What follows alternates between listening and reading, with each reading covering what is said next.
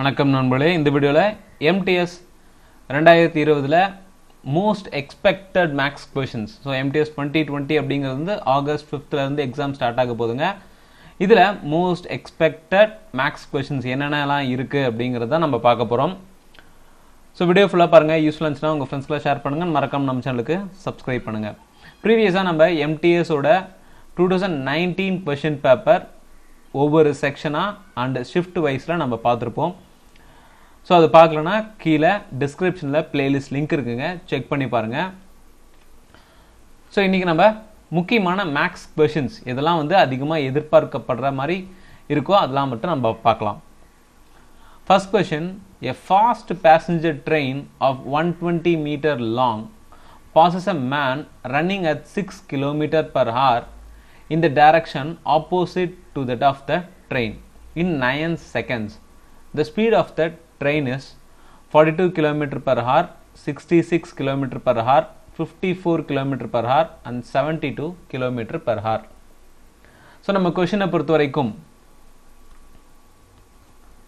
So given அப்படின்னு பார்த்தோம்னா நமக்கு ஒரு ட்ரெயின் இருக்குது அண்ட் ஒரு மேன், இவங்க ரெண்டு பேர் தான் நம்ம பார்க்க போகிறோம்.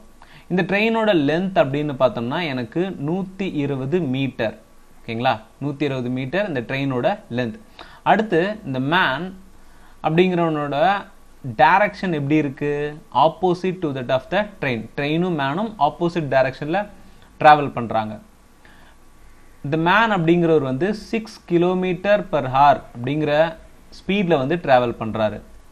அப்படி ட்ராவல் பண்ணும்போது இந்த ட்ரெயின் மேனை கிராஸ் பண்ணுறதுக்கு எடுக்கக்கூடிய டைம் பீரியட் அப்படின்னு பார்த்தோம்னா 9 செகண்ட். ஸோ இப்போ ரெண்டு பேரும் ஆப்போசிட் சைடில் போகிறாங்கன்னா எனக்கு ட்ரெயினோட ஸ்பீட் தெரியாது, ஸோ நான் எக்ஸ்ன்னு வச்சுக்கிறேன். ஆப்போசிட் சைடில் போகிறாங்கன்னா இந்த ஸ்பீட் அப்படிங்கிறது ரிலேட்டிவ் ஸ்பீடாக நம்ம ப்ளஸ் பண்ணுவோமா? ஸோ இப்போ x plus 6 clear. And then so first condition பிரகாரம் 120 மீட்டர் லாங் ட்ரெயின் 9 செகண்ட்ஸில் கிராஸ் பண்ணுது is equal to relative speed x plus 6. ஓகேங்களா, so distance by time equal to speed. So இப்போ 120/9 நம்ம போட்டோம்னா நமக்கு அண்டு இந்த ஸ்பீட் வந்து மீட்டர் பர் செகண்டில் இருக்குது. அப்போ நம்ம கிலோமீட்டர் பர் ஹாராக மாற்றணும். ஏன்னா நமக்கு இந்த ஸ்பீட் வேல்யூ இந்த 6 அப்படிங்கிறது கிலோமீட்டர் பர் ஹார்.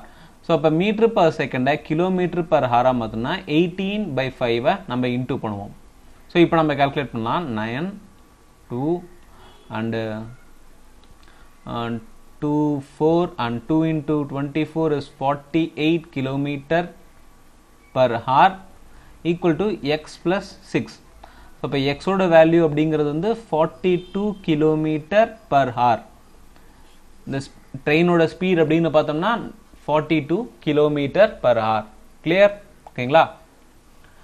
அடுத்து a certain sum becomes 4 times in 7 years at simple interest.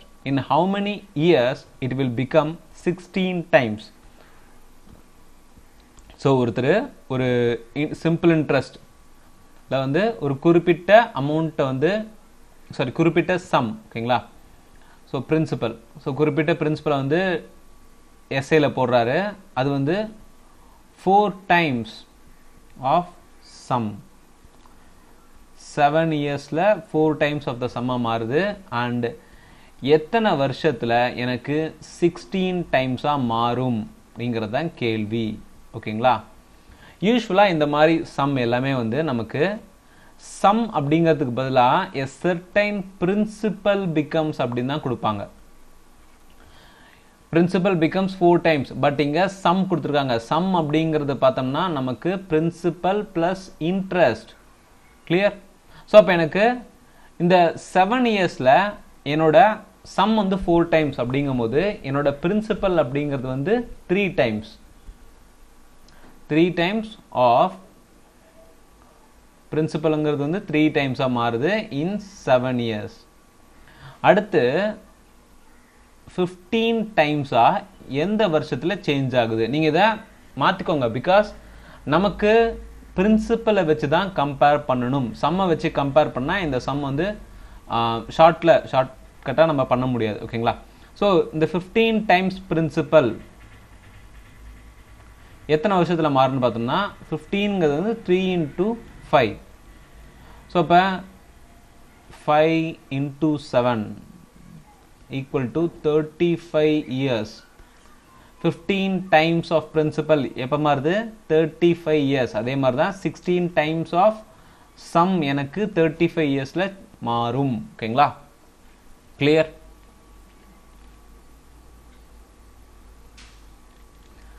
அடுத்து a solid cube has side 8 cm. It is cut along diagonals of top face to get 4 equal parts. What is the total surface area of each part? So இது ஒரு mensuration related question. நமக்கு ஒரு cube இருக்கு. ஓகேங்களா?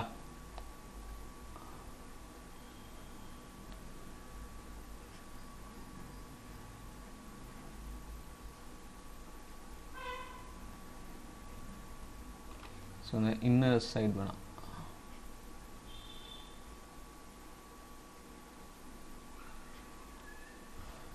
இந்த கியூப்ல அவங்க என்ன பண்றாங்க?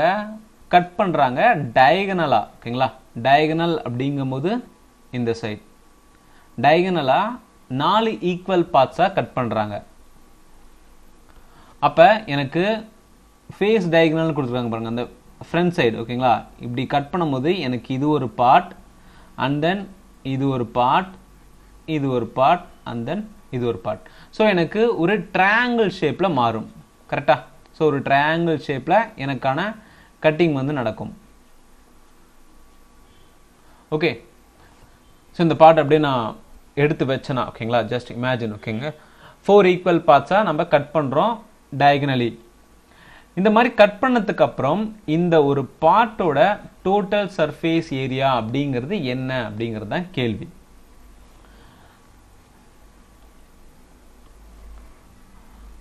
ஸோ எனக்கு ஃபர்ஸ்ட் என்ன கொடுத்துருக்காங்க? கியூபோட சைடு அப்படிங்கிறது வந்து 8 சென்டிமீட்டர் அப்படின்னு சொல்லி கொடுத்துட்டாங்க. இப்போ இதை நான் ஒரு ட்ரையாங்கிளா வச்சேனா, ஸோ இந்த கீழ் போர்ஷன் மட்டும் ஞாபகம் வைங்க. ஓகேங்களா? இந்த கீழ் போர்ஷன்ல எனக்கான சைட் வேல்யூ என்ன? 8 சென்டிமீட்டரா. அண்ட் தென் ஸோ கொஞ்சம் ட்ரையாங்கிள் வந்து இந்த மாதிரி 3Dல ஓகேங்களா? ஸோ இப்போ இந்த சைடு, ஓகேங்களா, இந்த சைடு அப்படிங்கிறது எனக்கு இந்த பக்கம். ஸோ எனக்கு இந்த பக்கமும் சைடு அப்படிங்கிற வேல்யூ வந்து 8 சென்டிமீட்டர். அண்ட் தென் நமக்கு டயகனலா கட் பண்றாங்க. ஸோ ஒரு கியூபோட ஃபேஸ் டயகனல் ஆஃப் கியூப் அப்படிங்கிற ஃபார்முலா நமக்கு தெரியும். ஃபேஸ் டயகனல் அப்படிங்கிறது வந்து √2a. ஸோ அப்போ √2 8. ஓகேங்களா? ஏங்கிறது வந்து 8 √2 வரும்.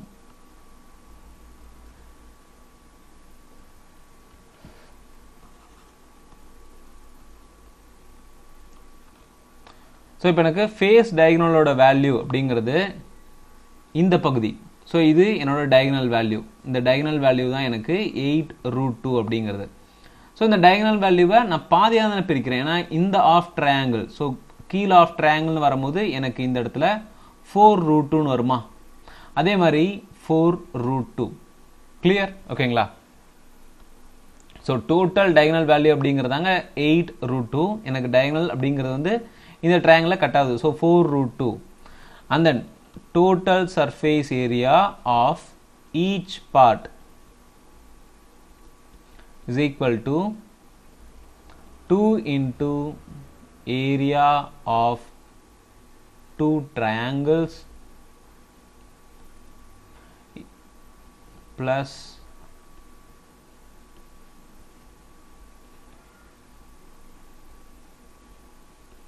perimeter of base into height. So நான் டோட்டல் சர்ஃபேஸ் ஏரியான்னு பார்க்கும்போது எனக்கு ஃப்ரண்ட் சைடில் ஒரு ட்ரையாங்கிள் வேல்யூ இருக்குது அண்ட் பேக் சைடு ஒரு ட்ரையாங்கிள் வேல்யூ. கிளியர்? அதனால area of 2 triangle plus perimeter of the base into height.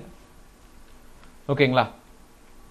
So இப்போ பார்த்தோம்னா 2 into area of two triangle 1 by 2 into, so base into height 4 into root 2 into 4 into root 2 plus perimeter of the base அப்படின்னு வரும்போது எனக்கு so base ஓட value 8 cm and then மூணு side ஓகேங்களா, ஒரு side 8 cm, இன்னொரு side 4 root 2 and another side 4 root 2. so அப்ப 8 plus 4 root 2 plus 4 root 2 into 8. so 8 plus 8 root 2 வரும் and into 8 அப்ப 64 plus 64 root 2 plus 2 2 cancel and 4 root 2 4 root 2 அப்படிங்கிறது வந்து 16 into 2 32, so 32 plus 64 96 plus 64 root 2. clear? 96 plus 64 root 2 என்னோட answer. அதாவது ஒரு பார்ட்டோட நான் cut பண்ண 4 ஈக்குவல் பார்ட்ஸ்ல அந்த ஒரு பார்ட்டோட டோட்டல் சர்ஃபேஸ் ஏரியா. அடுத்து, in TCS the number of employees is increased by 45.45% and the wages per employees are decreased by 45.45%. find the percentage decreased in total wages. so first இந்த 45.45% நம்ம ஃபிராக்ஷன்ல எழுதலாம்.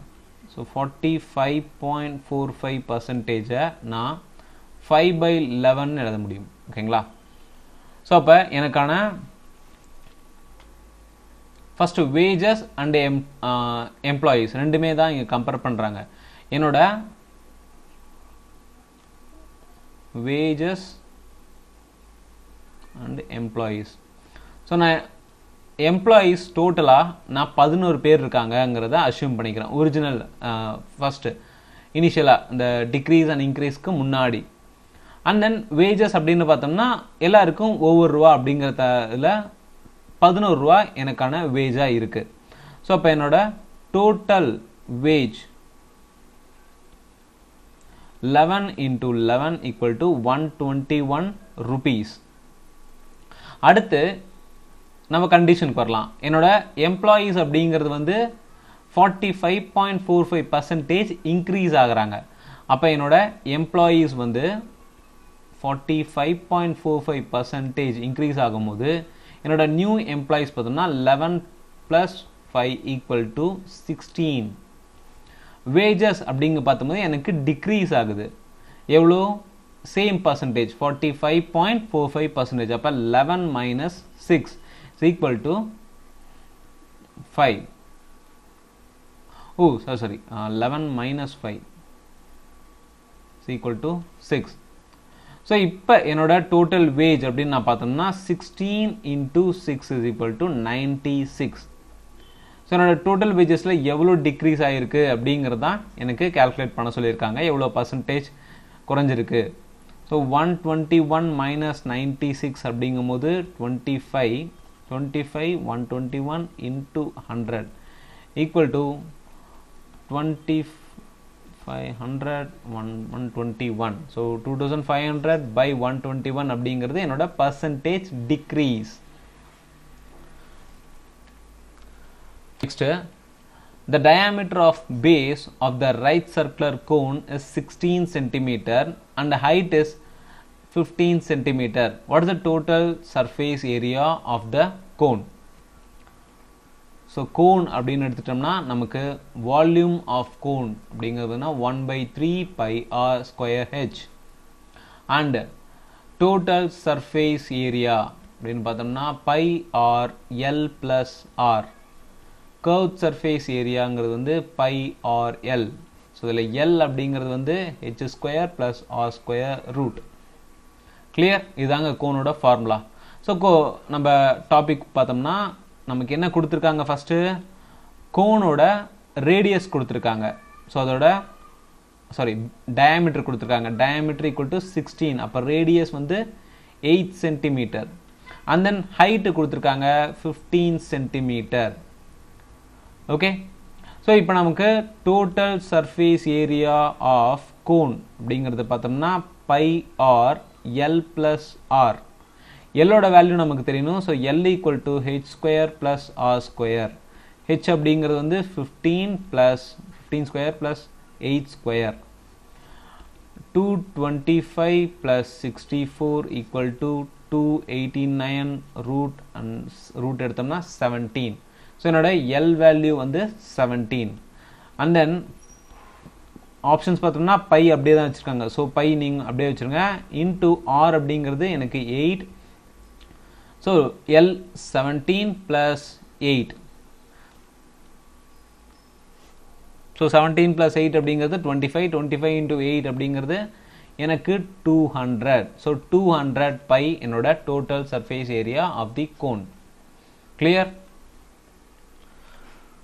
அடுத்து A and B can complete a work in 20 and 30 days respectively. They start working together, but B left 4 days before the work was finished. In how many days work was completed? So A அப்படிங்கிறவர் வந்து 20 நாளில் அவருக்கு கொடுத்த வேலையை முடிப்பாங்க. And B பார்த்தோம்னா 30 டேஸில் கொடுத்த வேலையை முடிக்க முடியும். பட் என்டையர் ஒர்க்கும் கம்ப்ளீட் ஆகிறதுக்கு 4 நாள் முன்னாடியே B அப்படிங்கிறவர் லெஃப்ட் ஆகுறாரு. ஸோ இப்போ நம்ம சாக்லேட் மெத்தட் அப்படின்னு பார்த்தோம்னா நார்மலாக எல்சிஎம் எடுத்தோம்னா 60 and 3 and 2. ஸோ டோட்டலாக 2 பேரும் சேர்ந்து செஞ்சாங்கன்னா அவங்களோட ஒர்க் வந்து 5.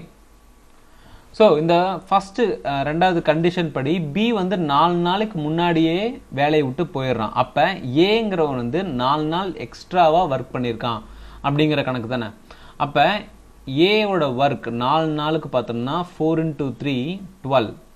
ஸோ இந்த டோட்டல் ஒர்க்கில் வந்து 60 minus 12 அப்படின்னு பார்த்தோம்னா 48ங்களா. இந்த 48 அப்படிங்கிற ஒர்க்கை தான் 2 பேரும் சேர்ந்து செஞ்சுருக்காங்க. A + B 2 பேரும் சேர்ந்து. இப்போ 48/5 ஈக்குவல் டு 93/5.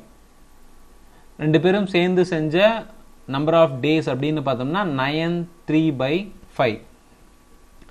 பட் நமக்கு இங்கே கேள்வி என்ன கேட்டிருக்காங்க, இன்னும் how many days work was completed, டோட்டலாக எத்தனை நாளில் முடிச்சிருக்காங்க அப்படின்னு பார்த்தோம்னா 93/5 plus 4 equal to 13/3/5 days. Total work அப்படிங்கிறது வந்து 13/3/5 டேஸில் டோட்டல் ஒர்க் கம்ப்ளீட் ஆகியிருக்கு. A student divided a number by 5/3 instead of multiplying by it. What is the percentage error he got? 46%, 64%, 17779%, 44%. So நமக்கு பார்த்தோம்னா ஒரு நம்பரை 5/3ஆல் மல்டிப்ளை பண்ணுறதை விட்டுட்டு டிவைட் பண்ணிட்டாங்க அப்படிங்கிறது தான் கண்டிஷன். ஸோ ஒரு நம்பரை ஃபார் எக்ஸாம்பிள் நான் 100ன்னு வச்சுக்கிறேங்க. இந்த நம்பரை நான் ஆக்சுவலாக பார்த்தோம்னா 5/3ஆல் மல்டிப்ளை பண்ணியிருக்கணும். பட் நான் டிவைட் பண்ணிட்டேன் 5/3ஆல். ஸோ இந்த டிவிஷன் பை 5/3 அப்படிங்கிறது பார்த்தோம்னா 5/3 அப்படிங்கிறதுனா 100 into 3/5. அப்போ எனக்கு கண்டிஷன் பார்த்தோம்னா நான் 5/3ஆல் மல்டிப்ளை பண்ணுறதை விட்டுட்டு 3/5ஆல் மல்டிப்ளை பண்ணிட்டேன். ஸோ இந்த மாதிரி எடுத்துக்கலாம். ஓகேங்களா? இந்த டிவிஷனுங்கிறத விட்டுட்டு நான் ஒரு நம்பரை 5/3ஆல் மல்டிப்ளை பண்ணுறதை விட்டுட்டு 3/5ஆல் மல்டிப்ளை பண்ணிட்டேன். அப்போ என்னோட எரரை ஈஸியாக கண்டுபிடிக்க முடியும். ஸோ எரர் அப்படின்னு பார்த்தோம்னா 5/3 minus 3/5. ஸோ ஆக்சுவலாக 5/3 into 100. Okay. So 25 and 9. So 25 minus 9 அப்படிங்கிறது 16/15 into 3/5 into 100. ஸோ ஃபர்தராக பண்ணோம் 3, 5 and 25, 4. 16 into 4 அப்படிங்கிறது 64%. ஸோ அப்போ என்னோட எரர் அப்படிங்கிறது பார்த்தோம்னா 64% error. Clear? A boy cycling with 10 km per hour reached his school 5 minutes late. Had he cycled 25% faster, he would have reached 4 minutes earlier than the scheduled time. How far is his school? So first condition பார்த்தோம்னா ஒரு பையன் 10 km per hour வேகத்தில் போனானா அவனுக்கு 5 நிமிஷம் late ஆகுது. So 5 minutes late ஆகுது. இதுவே தன்னோட ஸ்பீடை அவன் 25% இன்க்ரீஸ் பண்ணுறான். ஸோ 100 25% இன்க்ரீஸ் பண்ணால் நமக்கு 125. ஆஸ் லைக் தட் 10 25% இன்க்ரீஸ் பண்ணும்போது 12.5 ஸோ என்னோட ஸ்பீட் அப்படிங்கிறது 12.5 km per hour. So 12.5 km per hourக்கு இன்க்ரீஸ் பண்ணும்போது அவன் 4 minutes ஏர்லியராக ரீச் பண்ணிடுறான். ஸோ இப்போ இந்த சம்மை சால்வ் பண்ணுறதுக்கு ஒரு ஷார்ட் அப்படின்னு பார்த்தோம்னா product of speed minus difference of speed into time taken. So product of speed அப்படினு பார்த்தோம்னா 10 into 12.5. difference of speed னு பார்த்தோம்னா 2.5. and time taken or time difference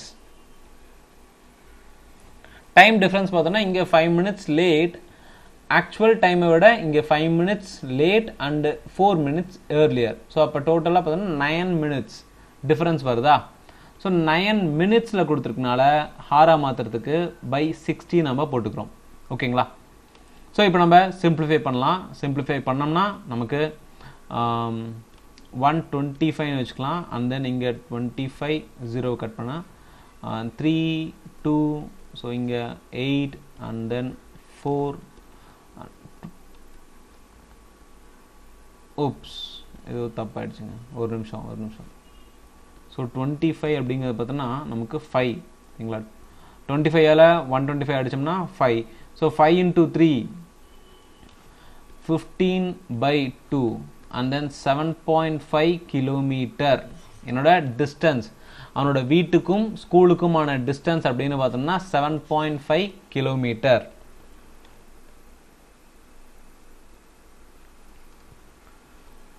so சில நேரம் எக்ஸாமில் பார்த்தோம்னா அவனோட ரவுண்ட் ட்ரிப்போட வேல்யூ அப்படின்னு சொல்லி கேட்பாங்க. அதாவது அவன் வீட்டிலேருந்து ஸ்கூல் போயிட்டு மறுபடியும் வீட்டுக்கு வர்றதுக்கு அவன் எவ்வளோ டிஸ்டன்ஸ் ட்ராவல் பண்ணுறான் அப்படிங்கிறதும் கேட்பாங்க. ஸோ கொஷினை நல்லா படிச்சு பாருங்கள். ஓகேங்களா. நமக்கு ஃபைனலாக என்ன கேட்டிருக்காங்கன்னு பாருங்கள்.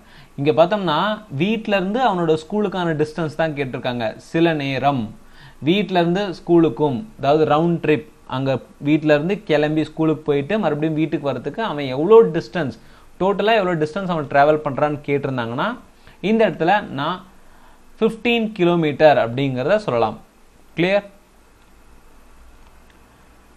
அடுத்து radius of base of a hollow cone is 8 centimetre and height is 15 centimetre.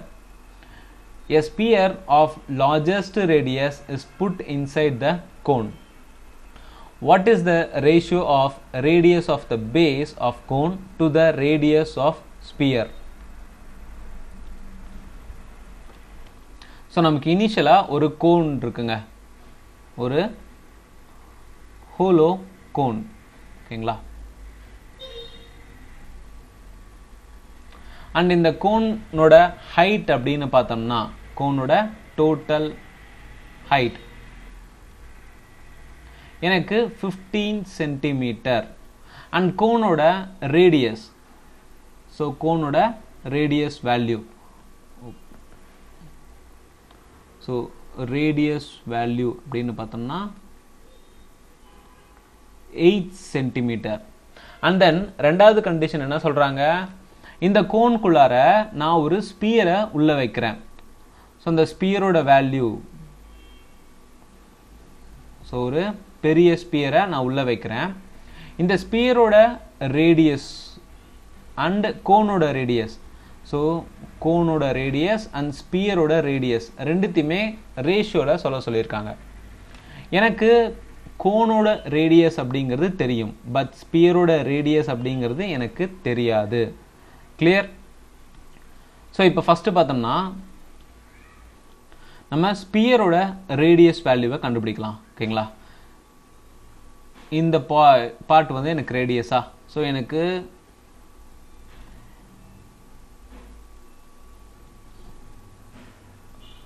Okay, so A, B and C.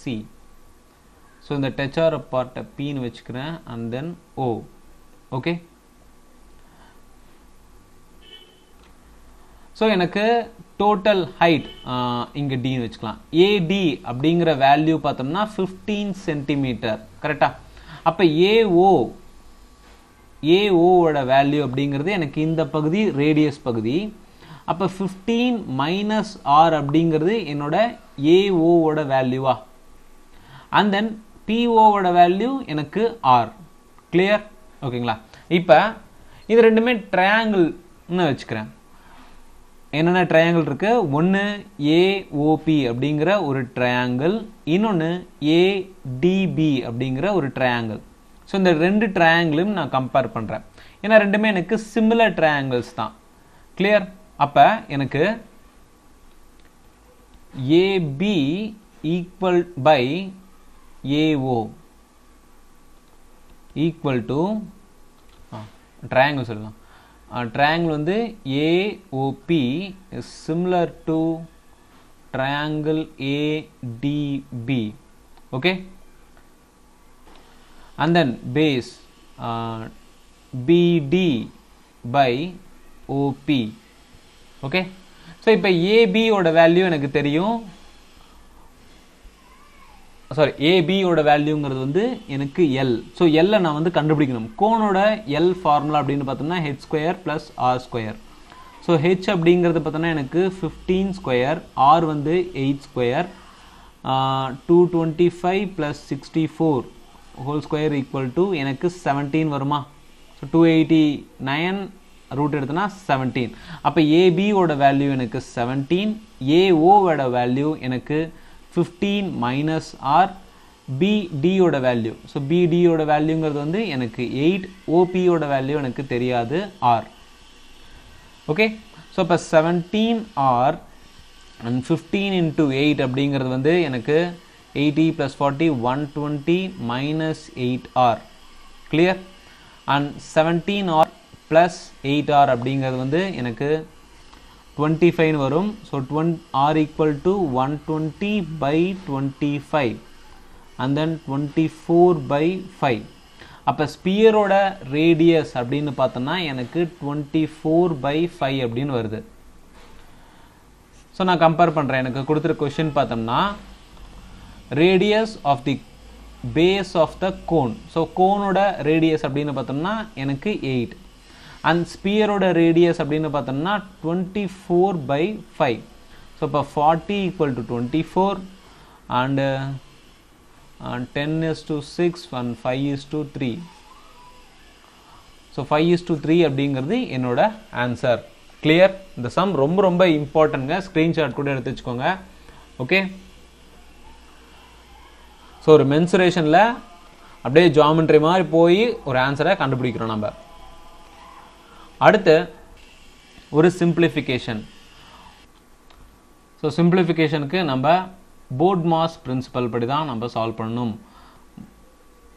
So first ப்ராக்கெட்டில் இருக்கிறத சால்வ் பண்ணலாம். அண்ட் பார். ஓகேங்களா?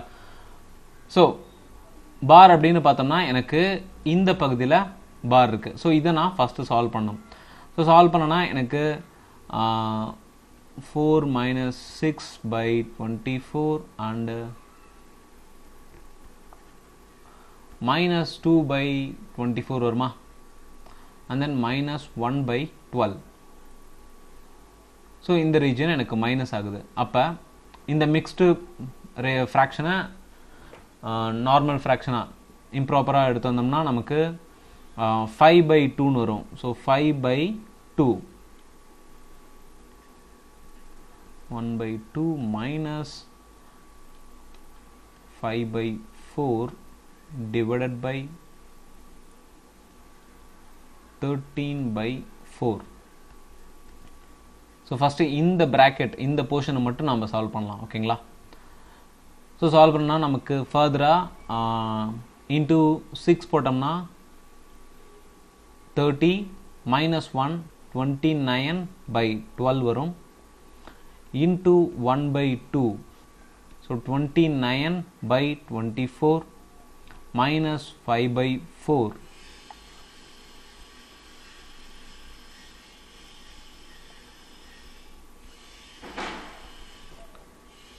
ஸோ இன்ட்டு 6 போட்டோம்னா நமக்கு 1/24 வரும்.